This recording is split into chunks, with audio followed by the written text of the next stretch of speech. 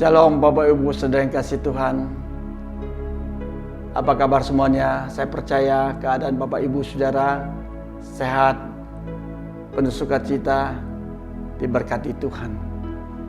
Malam ini kita mau datang kembali kepada Tuhan dan kita akan berdoa.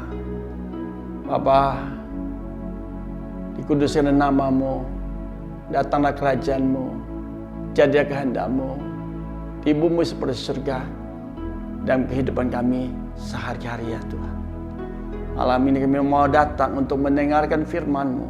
Kami datang dengan haus dan lapar akan firman-Mu ya Tuhan. Urapan yang mamuni yang tidak ada apa-apanya ya Tuhan. Urapan yang baru, minyak yang baru, anggur yang baru, hikmat marifat yang baru turun atasku berlimpah-limpah. Sembunyikanlah hamba-Mu di balik salib-Mu, biar Engkau sendiri nampak berbicara kepada umat-Mu ya Tuhan. Berkati seluruh umat-Mu, urapi juga seluruh umat-Mu yang mendengarkan firman-Mu malam ini. Karena firman-Mu akan disampaikan dengan penuh kuasa, menjamah kami dan mengubah hidup kami. Dan percaya masih ada mujizat sampai detik ini berlaku bagi setiap orang yang percaya, yang sungguh-sungguh kepadamu. Terima kasih Bapa, dalam nama Yesus Kristus Tuhan kami berdoa mengucap syukur. Haleluya, amin. Saudaraku yang dikasih Tuhan, sepanjang minggu ini kita angkat tema tentang kekudusan. Kekudusan. Apa saudara? Kesucian. Saudara mungkin bertanya, apakah hari-hari ini umat Tuhan masih bisa hidup kudus di hadapan Tuhan?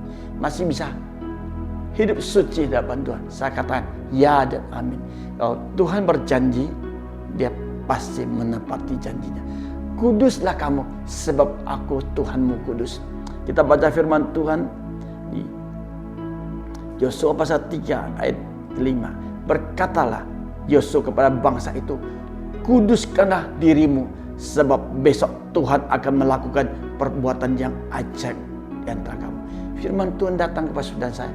Firman Tuhan berkata kepada kita, kuduslah kamu sebab aku Tuhanmu akan melakukan mujizat detik malam ini juga bagi orang percaya. Saya sebagai orang percaya, sebagai seorang hamba Tuhan yang melayani, saya sangat percaya saudara, mujizat sampai detik ini masih ada. Saudaraku, kita baca firman Tuhan di Ibrani pasal 12 ayat 14. Berusaha hidup damai dengan semua orang dan kejarlah kekudusan. Tanpa kekudusan tidak seorang pun akan melihat Tuhan. Saya punya satu pengertian. Berdamai dengan semua orang. Berarti kita hidup damai. Tidak ada permusuhan.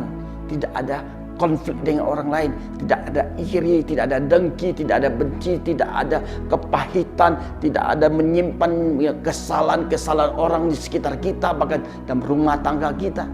Kita hidup damai. Kalau kita sendiri bersalah, kita cepat minta ampun, cepat berdamai dengan orang itu, supaya berkat Tuhan turun atas hidupmu. Mujizat masih ada buat saudara dan saya. Saudaraku yang kasih Tuhan, kejarlah kekudusan. Tanpa kekudusan tidak mungkin orang melihat pertolongan Tuhan. Kalau saudara dan saya mau melihat pertolongan Tuhan, saudara dan saya mau lihat mujizat Tuhan, masih berlaku buat orang percaya, buat saudara dan saya. Mari kita hidup kudus di hadapan Tuhan.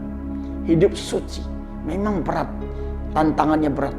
Setiap hari kita turun ke lapangan, bekerja, mencari uang, mencari nafkah, kebutuhan rumah tangga, kebutuhan karyawan, tanggung jawab perusahaan, tanggung jawab pabrik, toko. Kita diperhadapkan banyak tantangan, godaan, rayuan, tawaran dunia. Tapi saya mengajak saudara, mari kita hidup sebagai orang yang takut akan Tuhan, hidup di dalam kekudusan Tuhan, tidak kompromi dengan dosa dunia. Apa sudah? Tidak kompromi dengan dosa dunia. Sekali ya, katakan ya. Tidak, katakan tidak. Benar, katakan benar. Salah, katakan salah. Kudus, katakan kudus. Dosa, katakan dosa. Yang mau, katakan amin.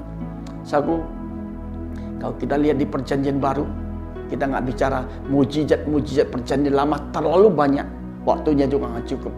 Perjanjian baru, orang buta melihat, tuli mendengar, bisu berbicara, bahkan orang mati dibangkitkan. Saya masih ingat 5 roti, 2 ikan, 5.000 orang makan, sisanya 12 bakul. Kalau bukan Tuhan yang mengadakannya, siapa yang bisa mengadakan sesuatu yang sedikit?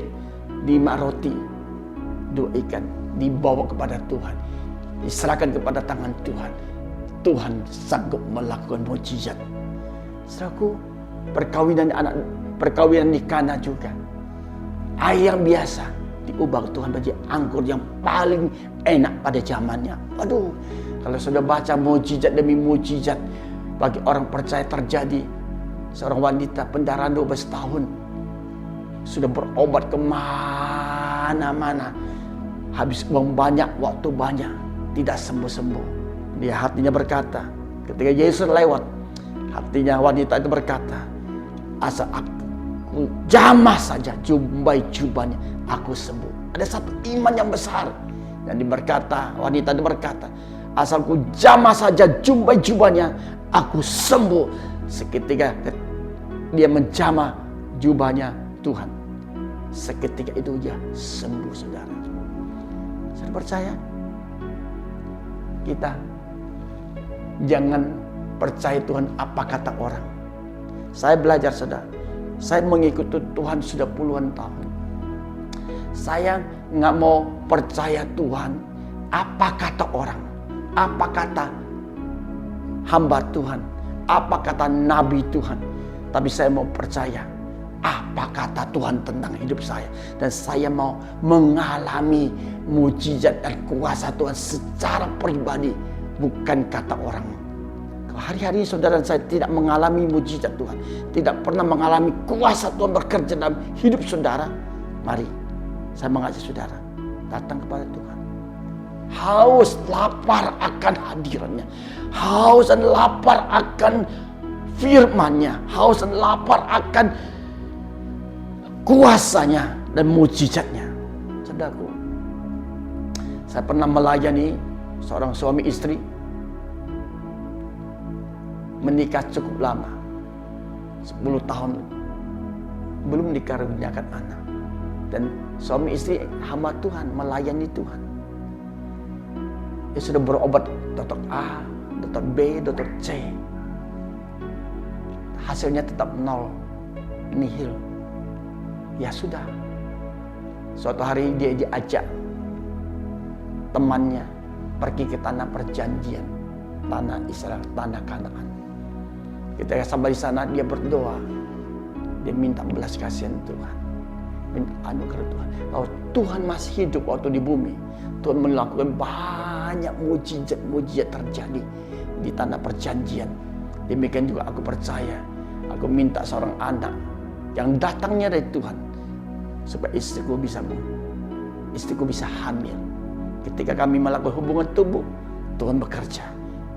Apa yang terjadi, pulang dari tanah perjanjian, pulang dari Israel, nggak berapa lama lagi istrinya hamil dan melahirkan seorang wanita. Sekarang anaknya sudah remaja, saudara, sudah melayani. Mukjizat masih ada. Saya cerita ini bukan mengarang-arang. Saya cerita ini, mukjizat itu, kesembuhan ini, bukan mengarang-arang, bukan sandiwara, bukan cerita bohong. Tapi saya juga sendiri mengalami banyak mukjizat. Teman-teman saya mengalami banyak mukjizat. Aku ada teman, suaminya vaksotomi karena anak udah cukup, ya sudah, istrinya tidak disteril, tapi suaminya vaksotomi ya. Jadi yang disteril suaminya. Anak terakhir, saudara, udah nggak mau lagi. Anaknya sudah 3, 4, cukup. Apa yang terjadi? Kalau Tuhan masih berurusan dengan saudara, ya, Tuhan masih bisa melakukan mukjizat. Tiba-tiba istrinya hamil. Dia kaget. Hah? Kok istri saya bisa hamil? Waduh, saya kan sudah steril, sudah vasektomi. Kenapa istri saya bisa hamil? Waduh, saya curiga. Jangan-jangan istri saya ini main-main selingkuh dengan orang lain. Oh enggak. Akhirnya suaminya bawa istrinya periksa, supaya membuat satu kepastian, satu keyakinan bahwa ini betul-betul keturunan keluarga ini. Diperiksa, hasil DNA-nya benar, DNA suaminya, DNA istrinya. Ada masih mujizat, ada mujizat terjadi. Saudara, saya nggak tahu keadaan saudara gimana. Hari-hari saudara berkata susah. Aduh, cari uang susah. Banyak pabrik tutup. Banyak PHK di mana-mana. Toko sepi, bahkan mall juga tutup. Kalau kita dengar di China, mall banyak yang tutup. Sepi. Maka sekarang banyak orang China ke Indonesia. Bikin bisnis di Indonesia. Impor barang di China. Oh, mereka teriak, Pak, cari uang susah. Memang susah buat saudara, susah buat kita, tapi kita masih ada Tuhan. Masih ada Tuhan. Kalau Tuhan menolong hamba-hambanya di perjanjian lama, menolong hamba-hambanya di perjanjian baru, detik ini juga Tuhan masih menolong kita yang masih hidup di zaman ini. Saudaraku yang kasih Tuhan, apapun keadaan saudara, jangan bersungut-sungut. Apapun keadaan saudara, jangan menggerutu. Bersyukurlah dan berdoalah. Datang mencari Tuhan sungguh-sungguh. Saudaraku, saya bisa mengecewakan saudara. Saudara juga bisa mengecewakan saya. Tapi Tuhan tidak pernah mengecewakan orang-orang yang berseru kepadanya siang dan malam. Tuhan pasti menolong saudara dan saya. Saudaraku, di waktu yang singkat ini, saya mengajak saudara, percaya Tuhan, jangan tanggung-tanggung. Percaya Tuhan, jangan biasa-biasa. Harus serius, harus sungguh-sungguh, dengan segenap hidupmu, dengan segenap jiwamu, dengan segenap kekuatanmu, dengan segenap akal budimu, dengan seluruh hidupmu, engkau percayakan kepada Tuhan. Keluargamu, usahamu, pekerjaanmu, kesehatanmu, masa depan keluargamu dan masa depan anak-anakmu, percayakan semuanya pada Tuhan. Jangan tanggung-tanggung. 100%, kau perlu 1.000.000%, saudara. Kalau saudara, kita bertanya, saya percaya Tuhan, percaya. Tuhan bisa percaya saudara nggak? Saya katakan, saya percaya pada Tuhan. Saya menyerahkan diri saya sepenuhnya pada Tuhan. Dan saya menjadi orang yang bisa dipercaya Tuhan. Dan hal apapun, aku minta kudus, aku hidup kudus. Taat, aku taat. Hidup suci, suci. Mengampuni, mengampuni. Tidak iri, tidak dengki, tidak benci, tidak dendam. Saya jalankan itu. Kalau saudara dan saya melakukan firman Tuhan ini, dan saudara saya bisa menang dalam setiap permasalahan kita, setiap hari kita bisa menangkan keadaan kita diri sendiri, maka saya percaya Tuhan hadir di dalam kehidupan saudara. Jangan ragukan Tuhan. Kalau Tuhan di pihak kita, siapa yang bisa lawan kita? Kita hidup benar, hidup kudus. Pembelaan kita datang dari Tuhan, bukan dari dunia, bukan dari siapa-siapa, dari Tuhan, saudara. Tuhan tidak pernah mengecewakan saudara. Tuhan tidak pernah meninggalkan saudara. Tuhan tidak membiarkan saudara. Saudara datang kepada Dia. Tuhan, ini aku. Kami angkat tangan di hadapan-Mu, ya Tuhan. Kami mendengar firman-Mu, kuduslah kamu. Sebab aku Tuhan-Mu kudus. Kami mau hidup kudus. Maka Tuhan akan melakukan perbuatan-perbuatan yang ajaib dalam kehidupan kami sehari-hari. Tuhan, keadaan dunia ini tidak menentu. Keadaan dunia ini sedang tidak baik-baiknya. Tapi kami percaya Tuhan tetap baik buat kami. Hari ini kami bawa seluruh permasalahan hidup kami, seluruh pergumulan hidup kami, kesehatan kami, keuangan kami, pekerjaan kami, mata pencarian kami, semuanya kami serahkan sepenuhnya dalam tangan Tuhan. Sesuatu yang sedikit, 5 roti, 2 ikan diserahkan pada Tuhan. 5.000 orang makan, sisanya 12 bakul. Kami percayai, kami imani Tuhan. Mujizat Tuhan masih ada buat kami. Dan kami terima dengan iman. Kami terima dengan hati yang penuh ucapan syukur.